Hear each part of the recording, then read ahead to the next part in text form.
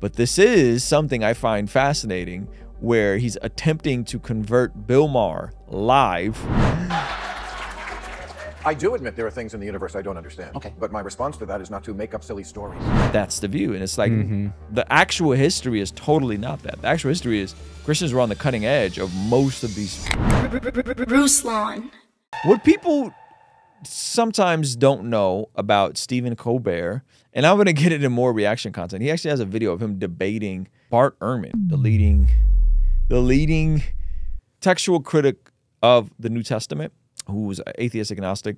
And I want to get back to that clip at some point. But in this video, Stephen Colbert is showing his Catholic side. Now, again, some of you guys are going to look at this, and I'm going to refer you back to some sort of reasoning and logical, critical thinking skills.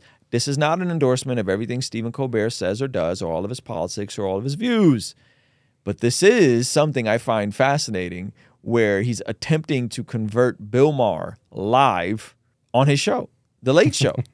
I thought this was hilarious. Bill, they say at a dinner party you should never talk about sex, politics, or religion. Have you ever been invited to a dinner party in your life? Are there things you won't talk about? I probably wouldn't be invited to your dinner party because we're very opposite, right? Really? How so? Oops. Well, They're very opposite. Dax. Do they like each other off camera? I heard that they don't. Oh, really? Yeah, I heard that there's like some beef there off camera. No. Yeah. What? I just read a comment that said this clip hits different when you realize that they don't get along off camera. Oh, I didn't know that. That's interesting. Okay. That's a fairly hostile thing to say. I wouldn't be invited to your dinner party. Can you Google it real quick? Yes. I mean, he probably wouldn't be invited to his dinner party. I don't know if I'm inviting Bill Maher to my dinner party. Whoa! Bill Maher admits he doesn't like Stephen Colbert. Pull it up. All right. Bill doesn't like Stephen Colbert explains hidden feud. All right. Go ahead and fill us in, Zach. This is the first time we're hearing of a potential feud between Colbert and Maher, who have appeared on air many times over the years. Stephen Colbert feeds the mainstream machine. Maher would later agree with a number of critiques made by Dave Rubin during the podcast episode in the idea that Colbert feeds the mainstream machine.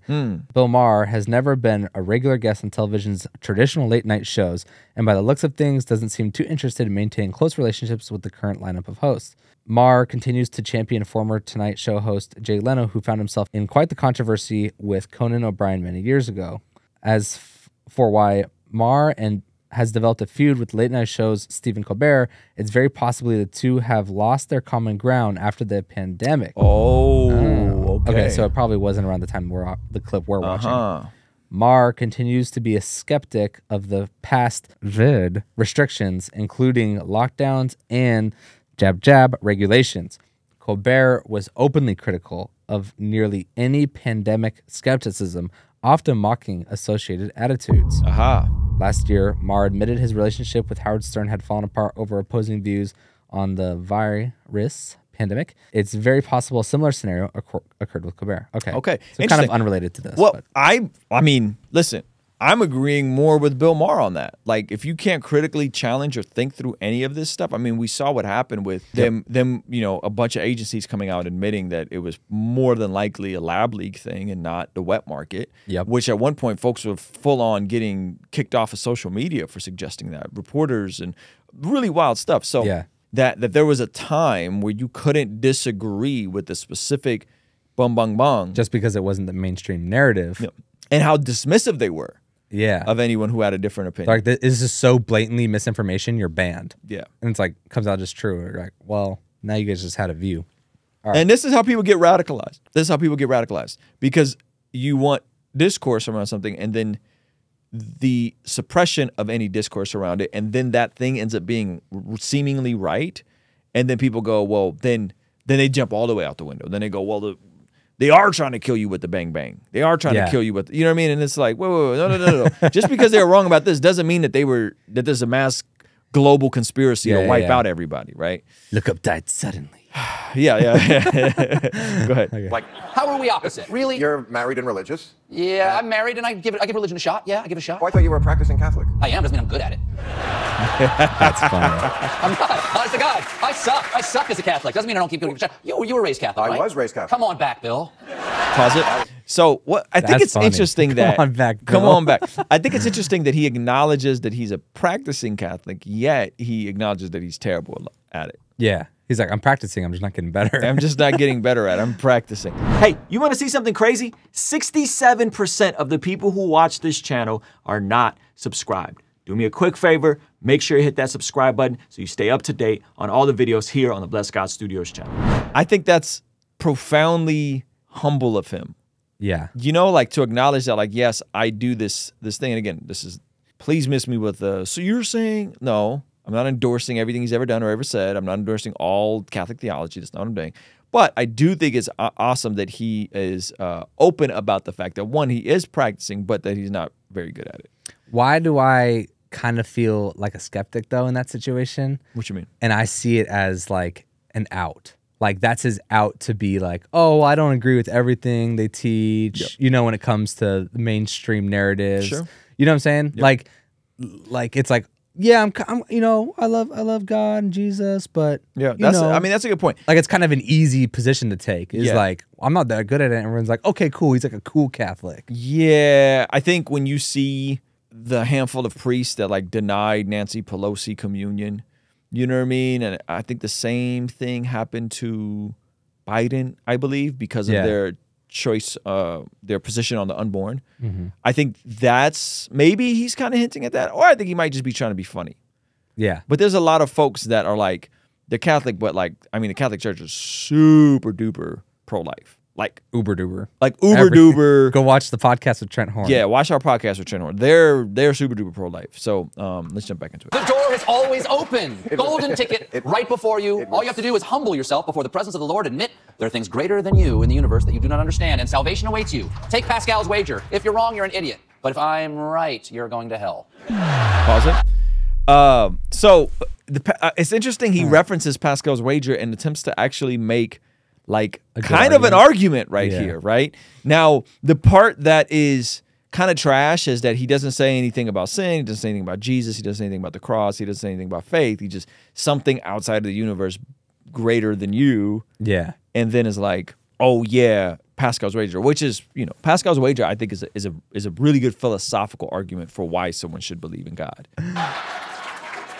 I do admit there are things in the universe I don't understand. Okay. But my response to that is not to make up silly stories. They're pretty good stories. Some of them are pretty good stories, Or Bill. to believe intellectually embarrassing myths from the Bronze Age, but you believe whatever you want. Jeez. Well, yeah, I mean, I have a connection to our ancestors because Sure. yeah, sure, I have a Because, yeah. you know, these were men who did not know what a germ or an atom was or where the sun went at night, and that's where you're getting your wisdom. Anyway, let's This man with the zingers back, bro. I don't know what a germ or an atom is. And I still love Jesus, man. But those are some good zingers. Those are great to be zingers. cornered. He's quick. To be cornered and then off the cuff, like fire back like that. Now, I think the disingenuous part about most people who hold this position is their lack of acknowledgement to the foundation they're standing on is that of people who didn't know what an atom or a germ was. Yeah. Like our moral framework for everything in society is based on a New Testament ethic, right? From our views of equality in terms of being created in the image of God to the Good Samaritan law, so on and so forth. So I feel like Bill Maher still needs to evolve in his thinking. He's an atheist, whatever. Yeah. But that to act like Christianity is a net negative, I think is a massive L on his part.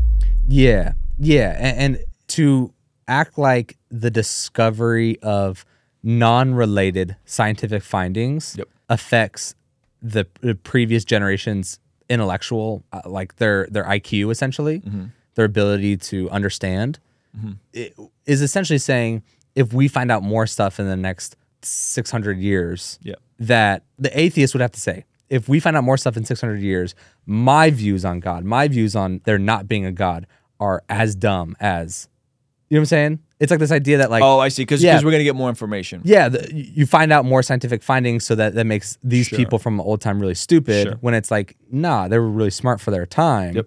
You know what I'm saying? And now we just know more things that are unrelated, have nothing to do. Yep. Actually, probably have more to do with God than. Well, Jordan Peterson is doing a massive documentary right now, and he just did it. I think released a trailer to it. And it's all about how a lot of the modern science movement had its launch from a ton of Christians. Yeah. And so Jordan Peterson is doing a whole series about it, how these things aren't incompatible. They're actually complementary. I think, this is my opinion, some of you guys are going to hate me, I think the radical fundamentalists do more harm to viewing Christianity and Christians who have been engaged, not just in science, but in the arts, in education, in literacy, in all of these different things that we suppress. And it's because the fundamentalists remove themselves from culture, from society, from the mainline churches, and segmented themselves a part of everything. And then you wonder why that's the view. And it's like the actual history is totally not that. The actual history is Christians were on the cutting edge of most of these technological breakthroughs that we discovered, from Isaac Newton to so on and so forth. And so I think that's a bit unfortunate. Let's not argue. I can eat a big bowl of this. This is good. It's tasty. You see, my religion teaches me humility in the face of this kind of attack. I see that. You brought it up. No, I did not bring anything up. But you gave me a big lecture on come back to the church. I did not give. I gave you an invitation. A lecture. It's an invitation. What are you talking about? This guy gave me a huge lecture about going to dinner. Yo, that's I'll eat what I want. That's a bar. I'll eat what I want. Italian food. How dare you? I've had more inviting invitations, but okay. Okay, so classic clapback from him saying that you got, what are you tripping over about an invitation? Yeah. He's like, you give me a lecture. He's like, lecture? It was an invitation. Yep. I had a conversation. I was talking to somebody, and I invited them to see Jesus Revolution. I was like, I'd like for you to go. And I didn't tell you this, but they had a full-on meltdown about how, like, I'll never believe the stuff you believe. And full. And I'm like, slow roll. I invited you to a movie. Like, I offered to buy you tickets to a movie, and it turned into this, like, what? Yeah, bro. Yeah, it was so funny. And I'm sitting there, and I'm like, why are you so triggered? Was it someone that used to be Christian? That's why they don't like it? They grew up Christian, and they don't really understand the framework. But the funny part is I'm very well at, like I do this for a living. Yeah. And so they were getting frustrated because I just kept, like, poking at their logic. And I'm like, any way you come about it, and they're like, you're just going to talk me out of whatever I'm saying right now. And I'm like, yeah, because you're being incoherent. Like, what are you mad about? Like, I literally invited you and your family to go see a movie. You could have just said no. There was no lecture. There was no judgment. It was funny. But that's the hilarious part about what Stephen Colbert is saying. He's just like, dude, it's just an invitation. Like, I'm just inviting you to church. I'm inviting you to dinner. I'm inviting you to go see a Christian movie at a movie theater. I'm willing to buy your tickets and your popcorn, and you escalated to something unnecessary. Hey man, God's doing something in their life. That's what the folks that tend to be the hardest and most emotional when you bring up God. Yeah. I think it's because they're wrestling with some stuff. Hey, this clip is from our daily after party stream. If you enjoyed it, consider signing up for our Patreon community for only $5 a month, where you get access to the replays of our daily after party streams, as well as the uncut extended versions of our podcast, Discord access that's private, and a discount code for our merch store, only $5 a month. And ultimately, it's the best way to help us contextualize the gospel of Jesus using media, podcasting, and of course, YouTube. The link for that is in the description or in the pinned comment. The perks are amazing. You should get on there. It's only $5 a month. I'll see you over there, all right? Peace.